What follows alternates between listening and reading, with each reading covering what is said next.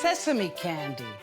We're in Sicily now. They make this candy in Sicily an awful lot, and they use a lot of sesame in their eating, whether it's in their pasta, and especially for making desserts. And, it's kind of a brittle. It's as simple as a brittle, so let's get going. Let's put the sugar, some honey. Okay, just a dab of butter.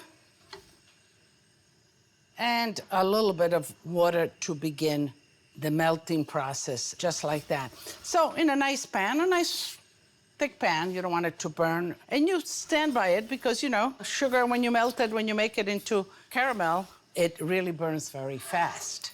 Just stay by it and mix it, and then we'll just spread it on the table. Now, while I'm mixing this, I have a question from Michelle King. Michelle King, I love when you come on my site and you ask questions, and you do that often.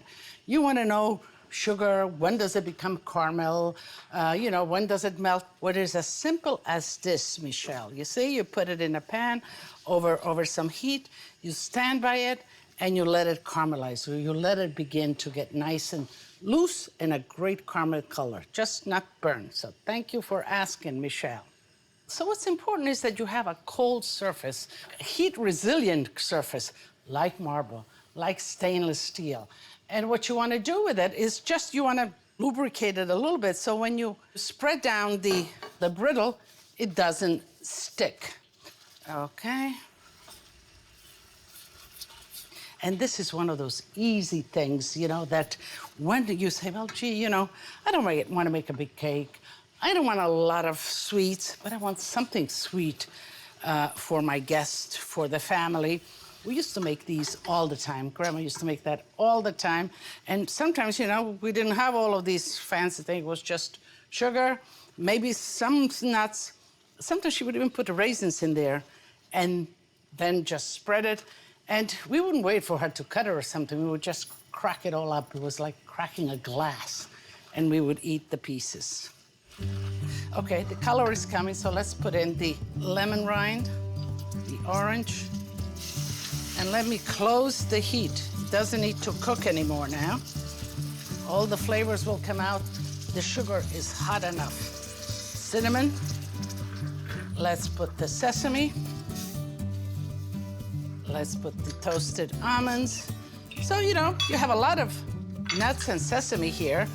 It's quite substantial. Let's just get it all mixed well.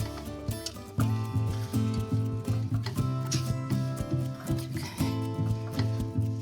And what happens here is that the sugar kind of binds it all together. Okay. Let me just... Here it is. Pressure it down. Since we're gonna cut it in pieces, let's make an even thickness of it. Okay, and before you say anything, this will solidify and it will be ready to cut. There it is, it's already getting hard. Really good.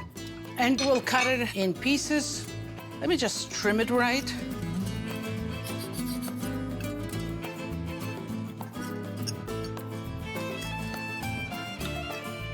Okay.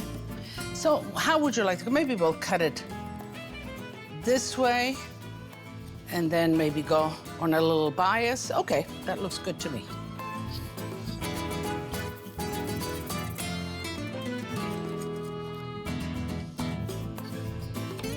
Okay. So now let's go on the bias. Wait for it to harden a little bit so you can cut it, but don't wait too long because then it becomes tough and you have difficulties cutting it.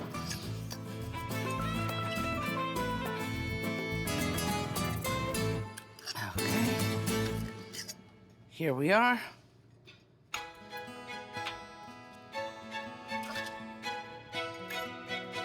Separating it here.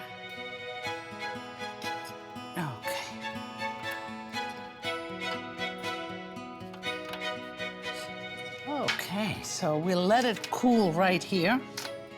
And then we can serve it. All these pieces, we'll put that on the side too. And these little pieces, I think I'll put it right here for me. All right. That's the kind of chef's treat, you know, those little, you eat whatever is around, whatever. The lasagna is overbaked, there's a little piece in the corner. That's what I take. This, the little corners, that's what I take, that's what I taste. But you know what? Dessert is done. We did the whole meal. And it's time for me to taste, so I tell you how these little croccantini taste. Croccante. Croccante means crunchy in Italian, and that's what brittle is. But in the meantime, I'm going to invite you. I'm going to invite you to come to our house. And as I always say, tutti a tavola a mangiare.